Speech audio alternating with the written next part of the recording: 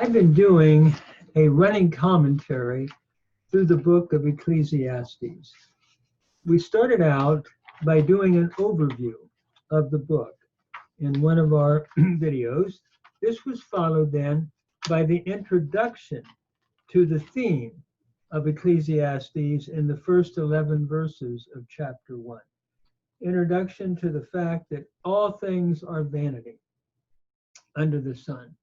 And he illustrates that by just a variety of ways, showing how the sun rises and sets and hurries to go from where it arose, how the generation goes, a generation comes, but the earth abides forever, and so forth. Following that, he talked about the vanity of human wisdom in chapter 1, 12 to 18. Human wisdom alone proves to be fleeting. And by the way, the word vanity means transitory, that which is here and gone, sort of like taking a breath on a cold day. And in talking about the vanity of wisdom, the problem with wisdom is that one can't solve the riddles of life. One can get wisdom, but how to solve it is the problem. I have, let's say, for example, 7, I need 3 to get 10. I can't find the 3. And so he says this also proves to be painful, and there's vanity in that. Then he tries the vanity of materialism and pleasure.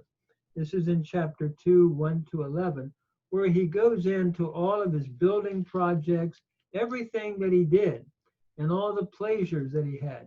And at the end, he said it was all vanity. It was all fleeting and a chasing after the wind.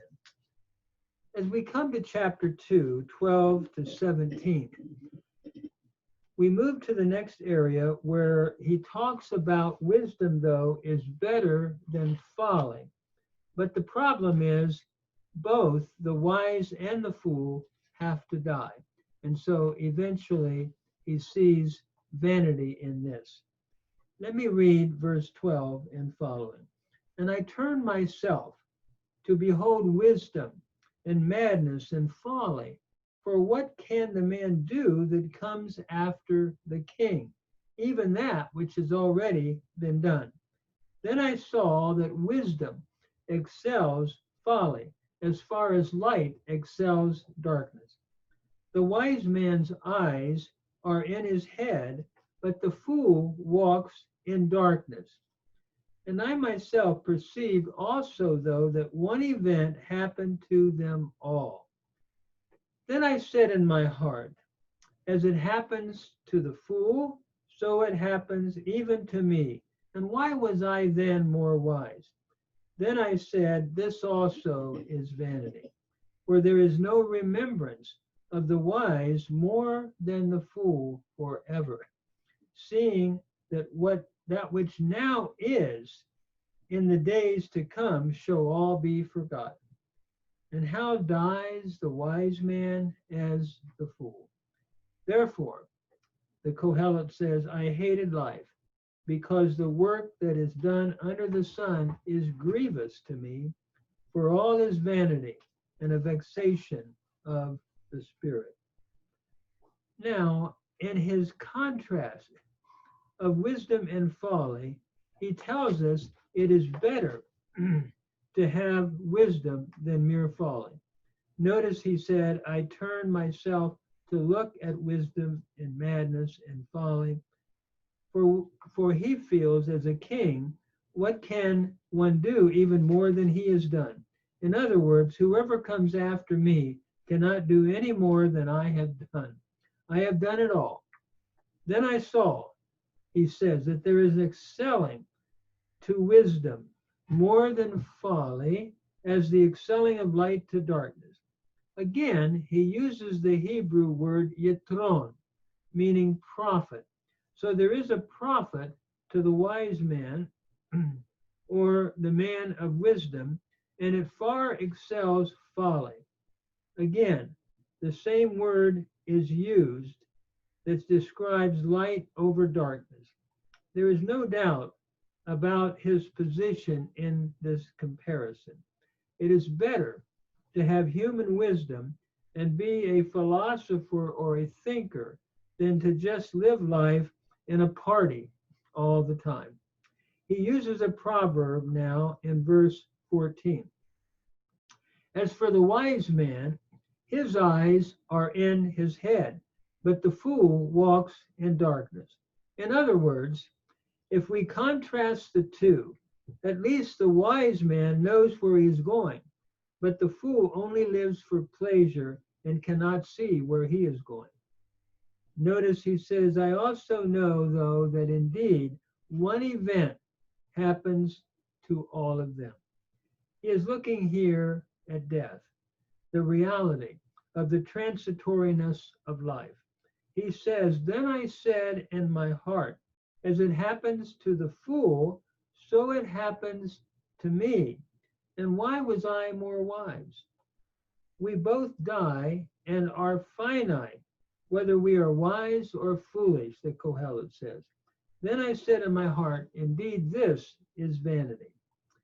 This also is Havel, like chasing the wind. And furthermore, there is no remembrance to the wise man with the fool forever. In other words, a wise man dies, a fool dies, and both are soon forgotten.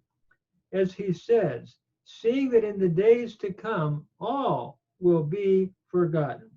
So whether we are a great philosopher and have wonderful human wisdom, or we live our life in material pursuit and pleasure, both will soon be forgotten, and therefore he asks the question, how must the wise man die?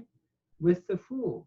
Both are going to die equally with the thought of soon being forgotten. He says in light of this, I hated life, for all the work is evil.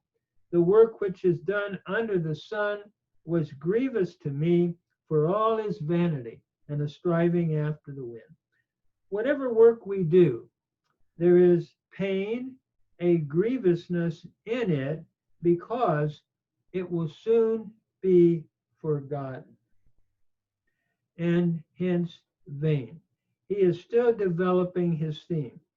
If you take the two ideas and put them together, it is better then to be wise than to be simply pursuing pleasure and material gain. But in the end, both have to die the same way and be forgotten. Again, as I read this text, my mind goes back to the great text that we can always remember in the New Testament, that our labor is not in vain in the Lord. While we may be forgotten in this life, and no doubt all will be, we are never forgotten in the mind of the Lord. Someday he will reward us. Paul in 2 Timothy 4 says, I have fought a good fight. I have finished my course. I have kept the faith. Henceforth, there is laid up for me a crown of righteousness, which the Lord, the righteous judge, shall give me in that day, and not to me only, but to all them who love his appearing.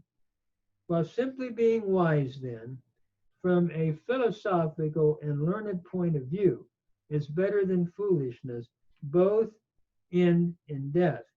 But the good news is that for a believer doing the work of the Lord, we can know that it will never be forgotten by him.